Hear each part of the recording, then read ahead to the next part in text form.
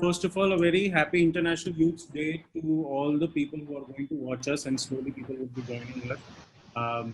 Since it's a working day, so it'll take some time, but not a problem. We have two very important people in terms of their youth interaction and especially dealing with the youth today. So we have the next session of the Global Youth Mental Health Forum. We have our guest from Hong Kong, Dr. Adrian Law, who is the founder of the Hong Kong Association of Psychology. Has been a long friend of mine. We are also partners to each other's organizations. And then we have Ashutosh Patnaik, who is working as an ambassador of youth to ISAM, MSAM, I'm sorry, the IGO, and has a wide range of youths working under his network. And he also is a co-founder of an organization called United Youth Circuit, if I'm right. So today's topic, what we are going to discuss with you two, the third speaker is, I think, is busy in a meeting. He already sent me a message. He had some serious case of COVID. So he's from UK. So he might join in the middle, but nonetheless. First is youth empowerment and how youth has to develop itself into the new COVID, the new normal and the post-COVID era. First of all, in the first segment of this conversation, I would like both the speakers, Adrian and Ashutosh, to please introduce yourself and just a bit tell us about your work, what you do. Adrian, we'll first go with you. Sure. First of all, good evening, everyone. It's at least it's evening here in Hong Kong. So my name is Dr. Adrian Low, and I'm a chartered psychologist registered in the British Psychological Society. And I do lots of clinical work over here in Hong Kong, especially with the youth, the teens, in terms of their functional issues. And besides that, I also do a generic kind of clinical services, to the people in Hong Kong over here. Yeah, so I'm a clinical psychologist as well. So that's my introductions. Thanks for having me. Great. Ashutosh, to come on to you, please. All right. Good afternoon, good evening, good morning. I guess we are having people watching for us from different part of the world. My name is Ambassador Ashutosh Patnaik. I'm currently serving as a Good Youth Ambassador for the MSAM, which is an IGO to the United Nations.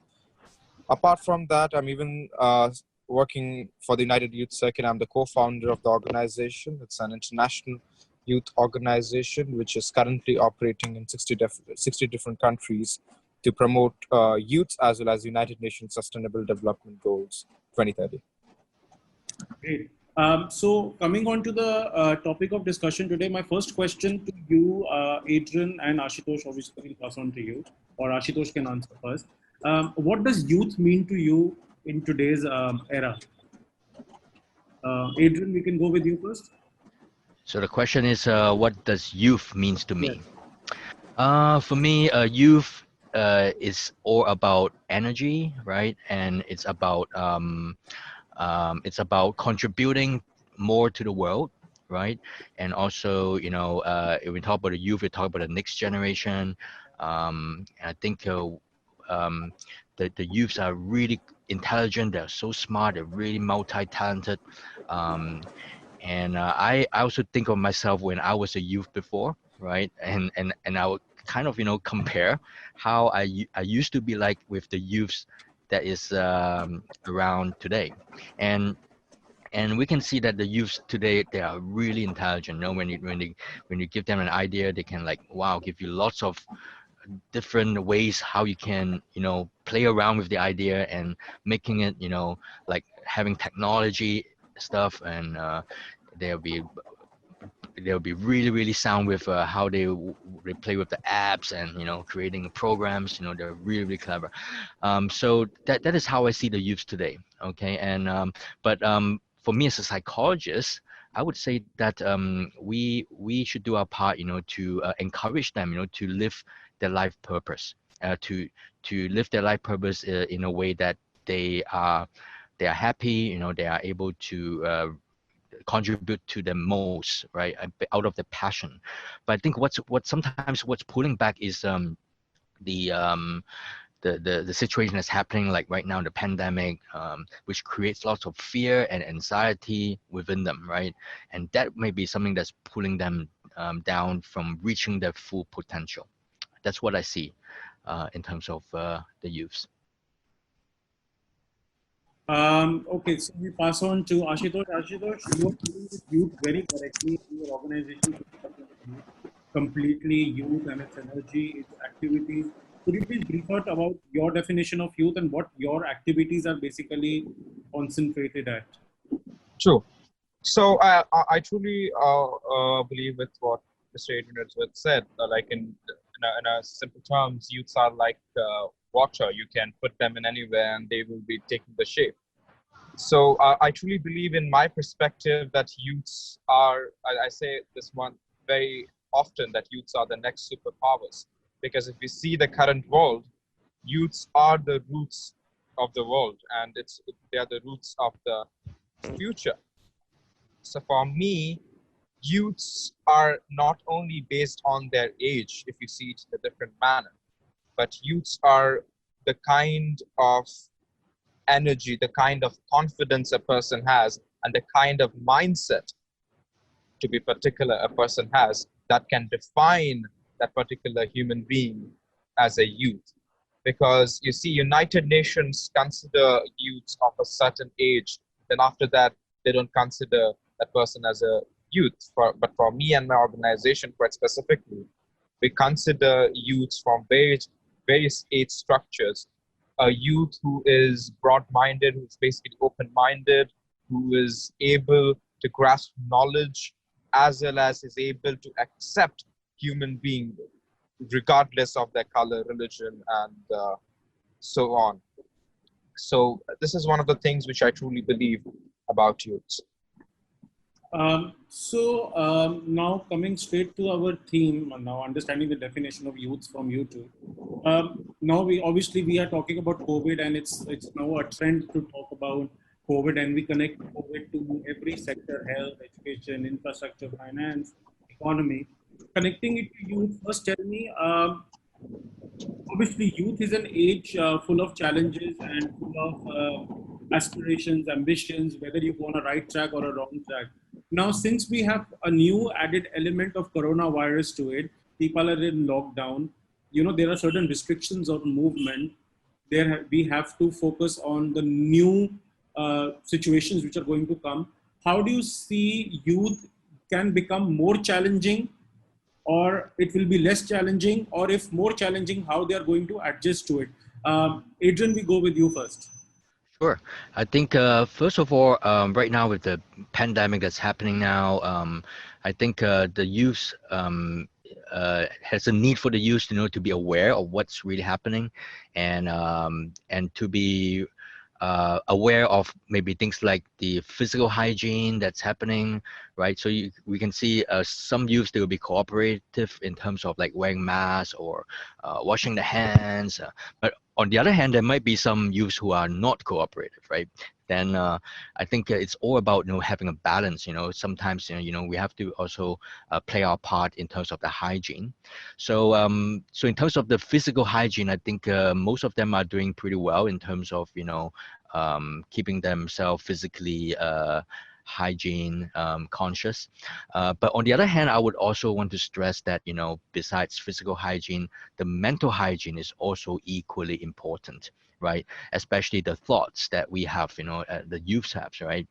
And some youths, when they see all the news that's happening around the world, they might be cracking, from all the stress, that's coming up, and I would probably categorize, in terms of successful youths and unsuccessful youths, right?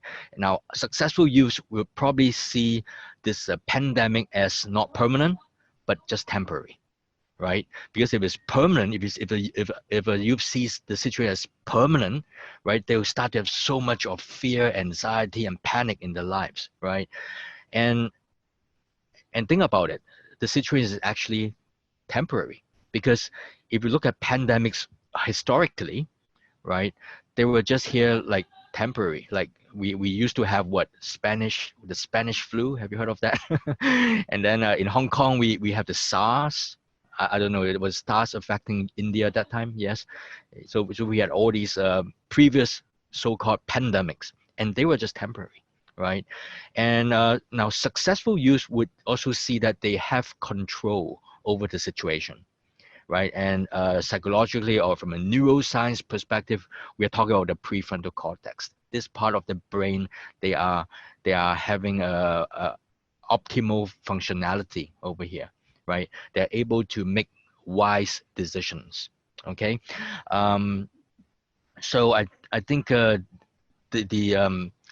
I mentioned, the psychological hygiene is just as important, and I think successful youth are able to be aware of this. Ashutosh, now to you, please. Completely. I would like to touch some other points as well with regards to very specifically if we talk about how youths are playing a vital role during this pandemic. If you see, one of the main things which comes into mind when you talk about youths is that volunteering. Because if you see in the current situation, volunteering is very, very important. If you see that the current situation, there has been lack of human resources with regards to fight this pandemic, and youths are filling that gaps. Because if you see biologically, and I guess Dr. Adian will agree with that, it's like biologically, if you see, youths are, if they get affected with COVID, they have more possibility to get cured than anyone of older age. It's not about particular age, but it's in terms of biological sense. So youths, if you see, have a very good, very important role to play in this COVID-19 situation. On top of that, if you see, I always say this one thing: create awareness, don't create the stigma. And with regards to the awareness, as of the very moment, awareness are done almost 99% through digital.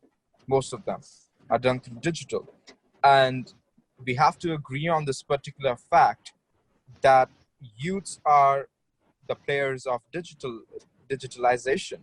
And so youths are playing a very vital role in regards to creating awareness with regards to, let's say, social distancing or anything we can say. But there is unfortunately, there is another kind of youths which we see in the current society. It's not only youths, it's even people from different variety of ages or different stage of life, is that they're very ignorant towards the guidelines which are given by WHO or given by their local government. Even I see in India, there are people who are roaming outside the roads without even wearing sometimes masks. They wear the mask because they don't want to be fined. That kind of a mindset need to be changed. And that's a kind of a mindset which I guess youth can improve themselves in understanding the importance and understanding the depth of any pandemic, as we can say, because COVID-19 is very temporary. We can all agree with it. But we can even all agree with this fact that it's not the only pandemic which will hit the earth. There might be any other viruses or any other diseases which will hit the earth in, let's say, another few decades, or maybe next year, who knows, or maybe after 5 years. We don't know it. And it might be more dangerous than this current pandemic. But it always depends on us, because if you see the past from various years, human beings have it in their genetics in order to fight these kind of issues. We have been able to fight many challenges throughout in terms of evolution, or you can say anything. So, but if you see this time, if you compare Spanish flu or anything, I guess for Spanish flu, there are almost over 10 million people died, if I'm not wrong with the statistics. But if you see the current situation with regards to COVID-19, we have been doing really well in terms of the deaths, or in terms of creating the awareness with regards to that. So I can surely say that youths are playing a very vital role in it. But there is, as I say, a room for development in every single sectors, and youths need to be understanding with regards to the current situation and not be that ignorant. And that's one of the things I would like to say. Adrian, I will ask this question specific to you. What kind of psychological issues can develop if we talk about the successful youth, like you mentioned? Yes. Now, I would also, I would maybe, I don't know if I should use this word, prophesy, the next wave of the pandemic, is going to be a really big one. It's going to be much bigger than the physical kind of pandemic that is the COVID-19. And that's going to be PTSD. Totally. Okay, PTSD. PTSD stands for post-traumatic stress disorder. Okay, and I think even in the U.S. itself, in the U.S., right, right now is affecting over 1.5 million U.S. Citizens and killing over how many? I think 150,000, around that, or even more than that. Um, and and this kind of traumatic experiences is going to lead most of the population, including the youths as well, to the PTSD, right? So so who are the ones who are going to be really affected by PTSD? The ones who survive the COVID-19, right? Because because let's say if a person has been affected by the COVID, they have been caught, they have been confirmed having the COVID virus, they might be so fearful that they're afraid they're going to die, and this is really highly traumatic. And I think the research has also shown that being critically ill can, and even when you survive that, you continue to have the symptoms of PTSD, right? And so these are the first group of people who have already been contracted with the COVID-19, and they're going to have suffering from PTSD as the post-traumatic stress disorder. And the second group of people will be those who, although they didn't contract the COVID, but they experienced their loved ones, having the COVID, or even pass away because of the COVID. And again, these guys have to, they have to go through some form of grief therapy, to alleviate them from the grief. Otherwise, it's going to carry on, to the in their lives, and again, you see PTSD symptoms coming up of that. And there's a third group of people as well, and these are the healthcare workers, right? Because the healthcare workers, they've been seeing, they've been living out the scenes of the COVID-19 and taking care of the people. They see lots of people battling with the illness. Again, they're going to be suffering from PTSD in one way or other as well. Yeah. And I think there might be a fourth group of people as well.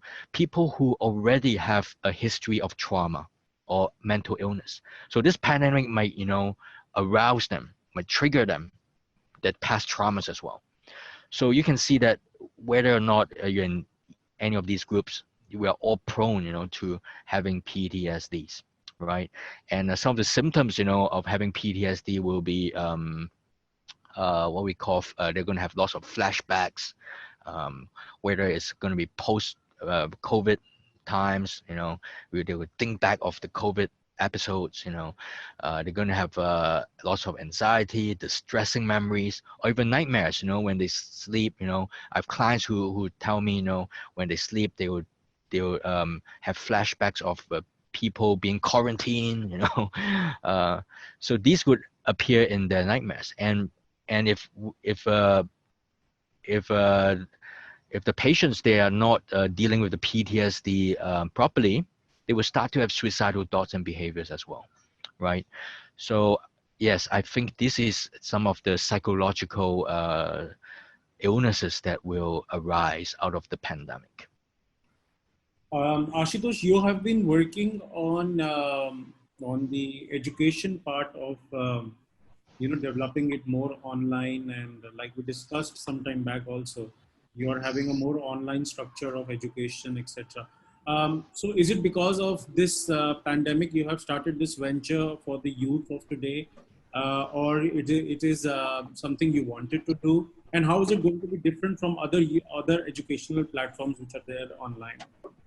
All right. So if you see this current situation with regards to the pandemic, the online education has been like it's a mandatory right now. It's not like there is no other choice, if you can see. But if you see, before the pandemic as well, online education were there. And in my perspective, online education connects people from different countries, people who can't afford to go to different countries to pursue their education, or generally in order to get education which they can get it in very less price than paying thousands of dollars and investing a lot in universities that's in US or UK or wherever you can say, or any kind of education. But if you see it in this particular situation, when I say it, if the online education is provided with a very quality approach to it, then it can be really productive. Otherwise, if you see the statistics of, for example, if you see the statistics of Ministry of Education, KHDA in the UAE, where I know the minister himself, the only issue which is happening right now in the KHDA, which they are seeing as well, that the scores have been dropping drastically. If you see the past exams before the holidays, I'm just talking about the schools, because online education hasn't been that popular with regards to the school students, if I say very particularly. And I guess you can connect it with maybe with the psychological terms of the students, but they haven't been that welcoming to online education. And that's, I see it as a very big crisis, because as of now, it seems very impossible for students sometimes when I talk to them, that when they think that they have to again go back to online education once the holiday opens. So universities and Ministry of Educations around the globe, as I know, they're kind of forced to open physical education, like basically going to university and studying, but they have limited it, but they're still taking that risk to go because of only one reason, that students have been very ignorant to online education. So I see it as a very distressing matter. I guess Dr. Adrian can give us a brief more understanding with regards to the psychological terms of it. But that's one of those things which I have seen in terms of the statistics.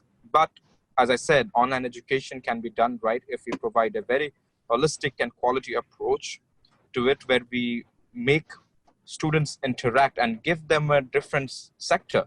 Because there are a lot of curriculums we see, and and most of the approach which schools and institutions uses is very much for on-grounds education, but they are not that meant for online education.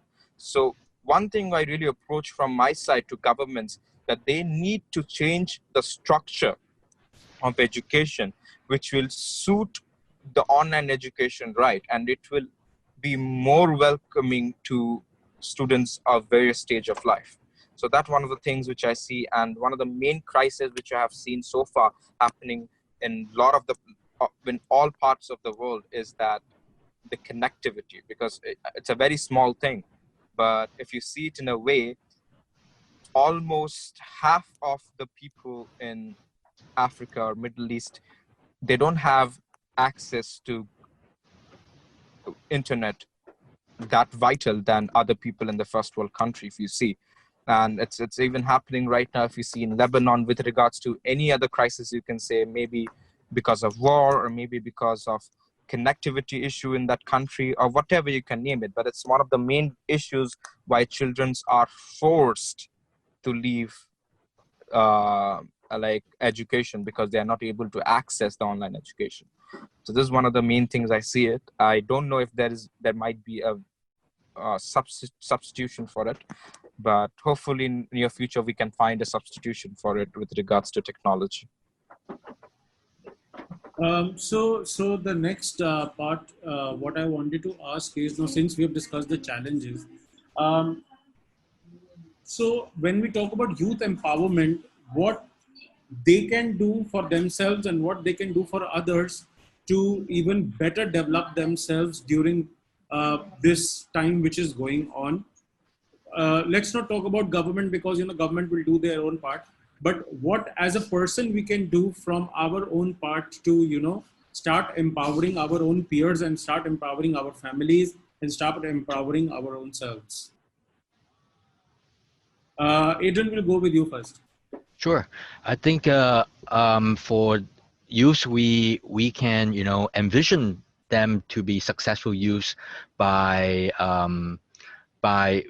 I think we can make use of this opportunity right now that we're aware that there is going to be there's an issue right now. There's the pandemic, and we empower them to see that the situation now is temporary. Maybe we can educate them with more, you know, facts, right? Not just talking about it, but giving them facts that, hey, the pandemic is not going to last forever. Think about, like as I mentioned before, the Spanish influenza, the cholera, and SARS. They're all come to pass, right? And also, even if we see the figures, you know, around the world, that's like, wow, close to 500,000 deaths.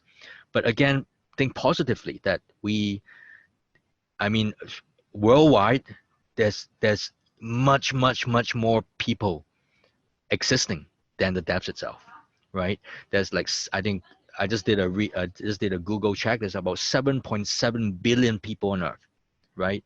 So that's like still a very minority of people who have died, right? So by giving these facts and figures, you know, we can then empower them that, hey, this situation indeed is just, you know, temporary. Okay.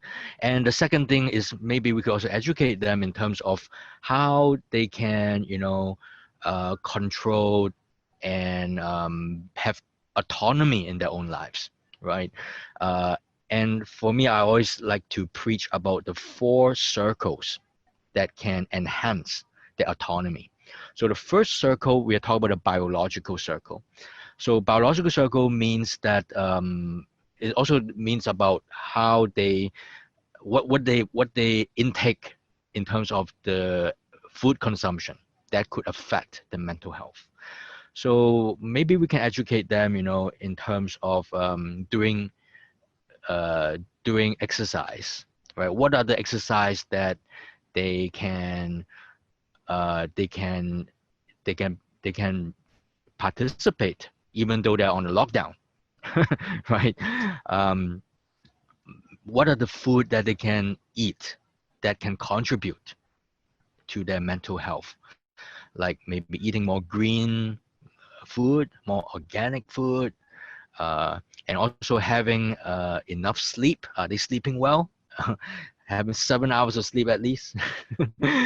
And also storing up, you know, their immune system with lots of vitamin Ds, because the vitamin D, everyone knows that we get it from the sun, right? But now we're on lockdown, we can't get the Ds from the sun. So what can we do, right? So we can try to get the Ds, vitamin Ds from maybe from the food, more vegetables, you know, or maybe providing use with more, we call it therapy lamps. You know, some therapy lamps, when they use it at home, you know, it provides them the source of vitamin Ds, right?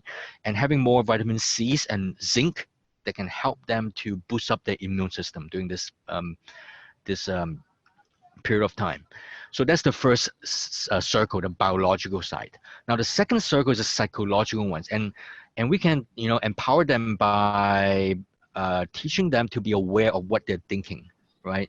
For us as psychologists, we always talk about, are they having what's the core belief, you know, what are they have negative thinking, right? For me, I like to use the acronym ANTS, right? ANTS, ANTS. So when we see ants, we really want to, you know, exterminate them, right? But we do have ants in our brain as well, and it's not a physical kind of ants, but ANT stands for automatic negative thoughts. Automatic negative thoughts. So we teach the youth to be aware, right? What if they're feeling anxious? What are they thinking?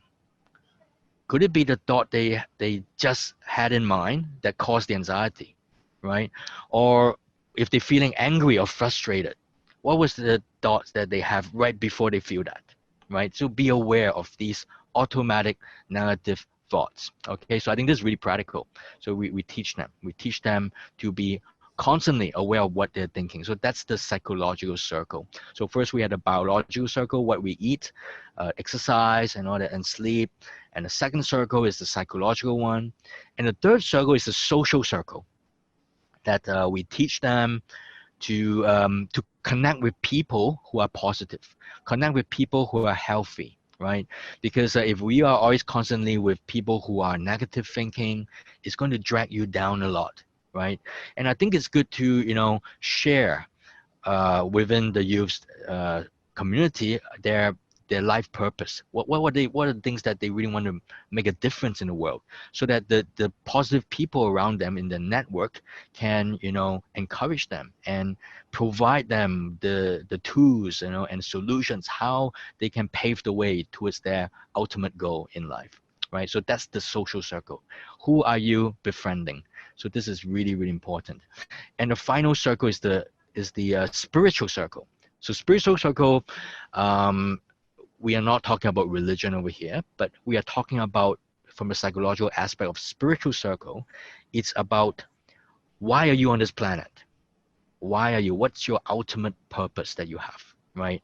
And how are we going to give back to the community, making the world a better place? Okay, so I think that's in a nutshell how, from my perspective, how we can empower the next generation, how we empower the youth. And obviously that includes ourselves as well. Right? So biological circle, psychological circle, social circle, and the spiritual circle. I have written down all those points, Adrian. That was really nice, especially the ants point. The ants one, yeah. I will put it up today to Awesome. educate my own circle on this. Cool. Ashutosh, we come straight to you and very quickly, just guide us. You know that today also that I had put up a message for the youth on the International Youth Day, that there was one point which I wanted to say even on your conference, I think on the GCC Youth Forum, that let's not lose hope and willpower. Youth of today is very impulsive, very aggressive, very ambitious, but they tend to lose hope. Why and how we can empower them to build that hope to see the future? Well, I would like to start by saying one quote which was said by Mahatma Gandhi, which I really believe it. It's called, "Be the change you want to see in the society." I guess this has been a word and a quote ever since, because people say it, but they don't mean it. Because as I said, youths are very aggressive, and they take a decision without even giving a thought to it. Like in terms of societal, if you can say, it's very high as well. Even if you say during this pandemic, before the pandemic as well, it was still very high. You see, hope is very, very important. And if you see for a youth, it's very vital, because hope is something which I know as a youth give me a push in order to continue what I do. And that is very, very important. So if you see it in a other perspective, we as a person, human being, we can only try to influence or use our voice or use our emotions in order to help the other person. But one thing we can make sure which can help different youths or any human being, rather you can say that, is that create a society which is healthy, which is open to any person ideology, as well as open to understanding the fundamentals of any religion or any other things which we can say, education or any other things, we can note it down on that. Then and then only we can actually fight this pandemic, as you said, not the COVID-19 pandemic, but the mental health pandemic, because it all has to do with the society we grow in and the neighborhood or the kind of the family we raise in as well. This one thing I always say it in all the conferences is that I always urge to the parents to support their kids, not only by giving them like, food or whatever the general things, in order to give them the mental health support, because that is one of the things which is very, very ignorant in every almost majority of the family, as I see. And it should be considered as very important, like every family consider giving food or giving education to their kids. Mental health should be very considerate, because that's one of the things which is kind of the root of every youth's success, is that if I have a healthy mind, then I'll have a healthy future and a healthy day. And that's one of the main things which I understand from my own perspective. And as I said, as normal person, as a civilian, we can only make sure that we be the change we want to see in the society, not always complain the government. We do what we are supposed to do by changing our society, by developing our society. And we need to make sure that we run ourselves. We run by the century. We don't always hang into the past, by all the fundamentals which we had like 50 years back, but we run it with the new generation. Because if we do not do that, then we are going to mess up our own society, which will henceforth create a mental health pandemic. Very well said. I just came out with one more point and one more question. And this question is generally asked to me as well on conferences. Now, we are talking about hope in youth and youth empowerment, whether COVID or no COVID. Okay, let's take it this way. Youth has to be empowered anyhow. Now, we're talking about hope. Now, hope comes either from within, or it is, coming from the external sources, your family, your friend circle, your institutions which you belong to. Now, if a person, let's say himself, could be hopeful, but the other institutions, the external ones, are not giving hope, and they are totally negative around the person, what the youth has to do in that situation where it is very much vulnerable to go towards negative directions?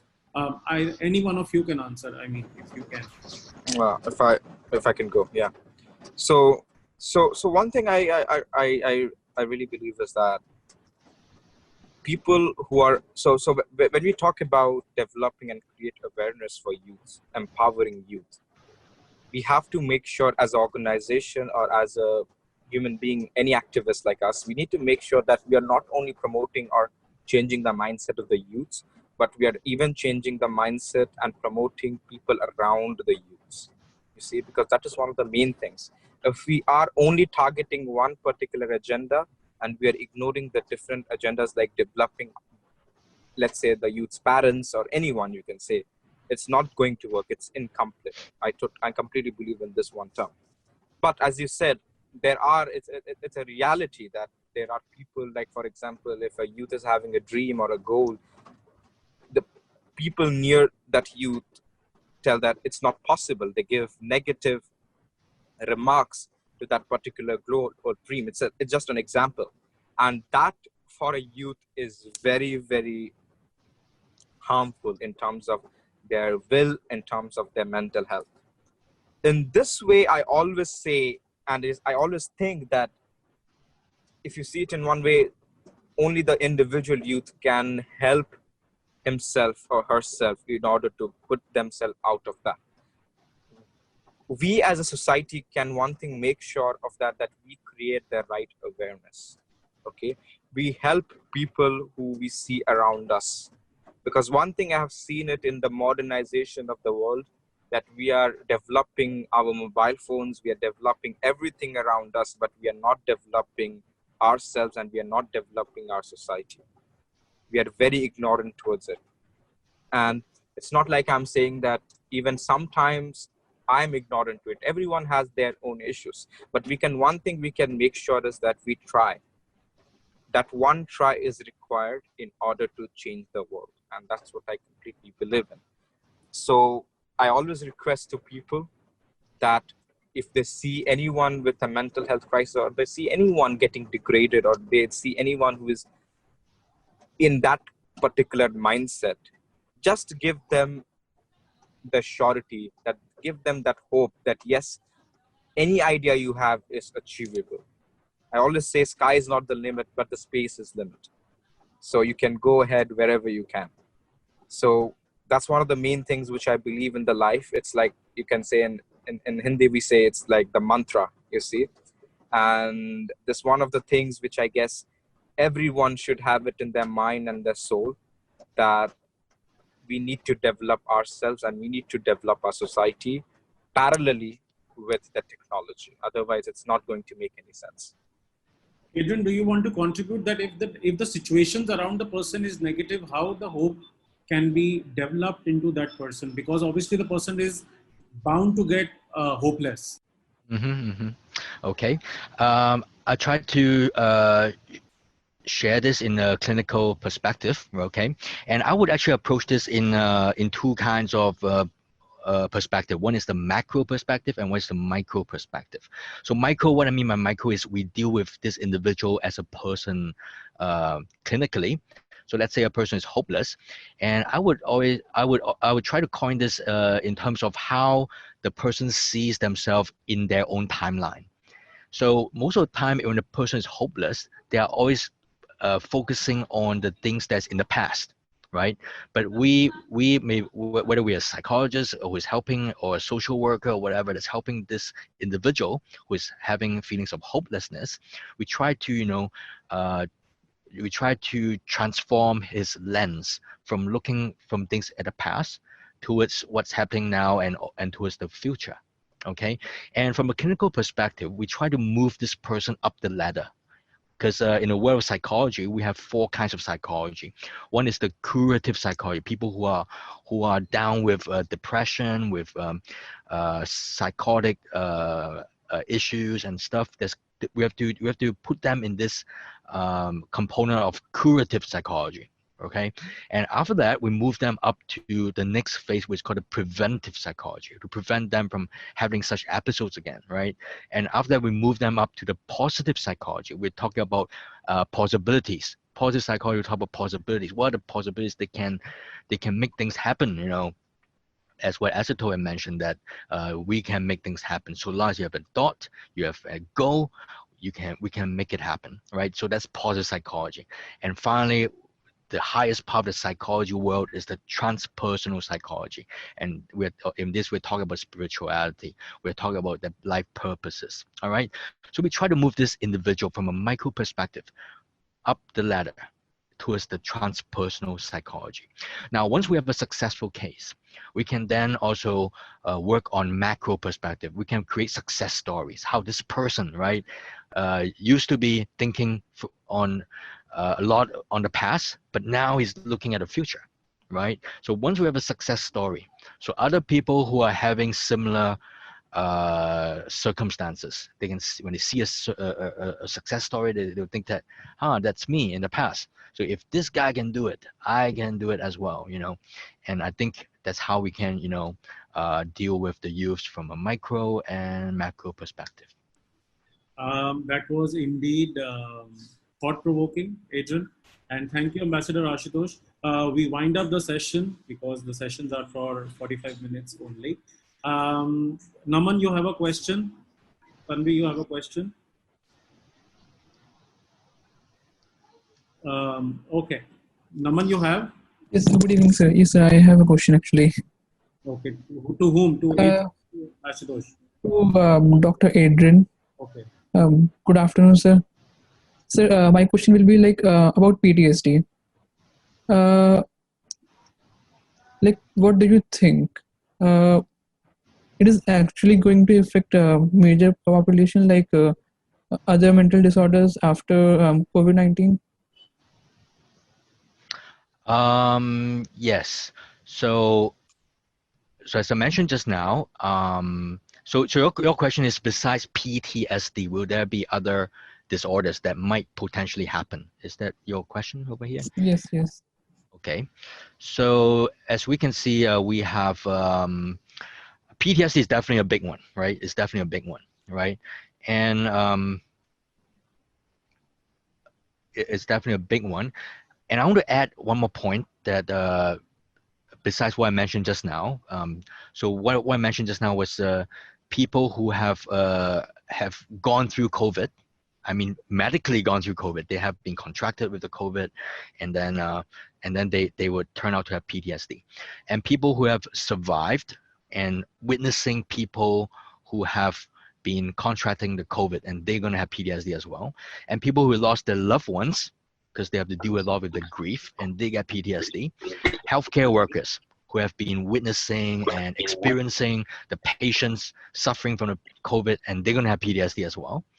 And also people who have been triggered in terms of their past traumas, and they're going to have their PTSD episodes recurring one more time.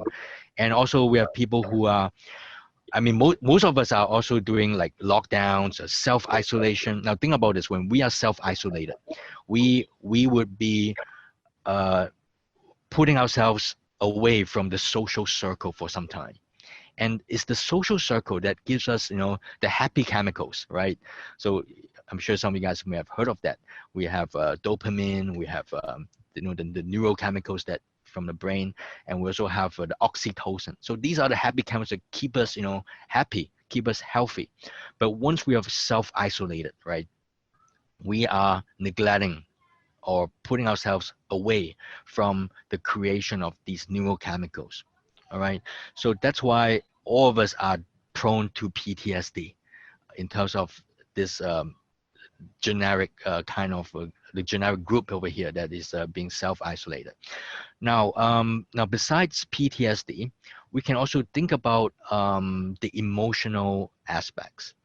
So maybe, and I want to share that emotions itself can be escalated.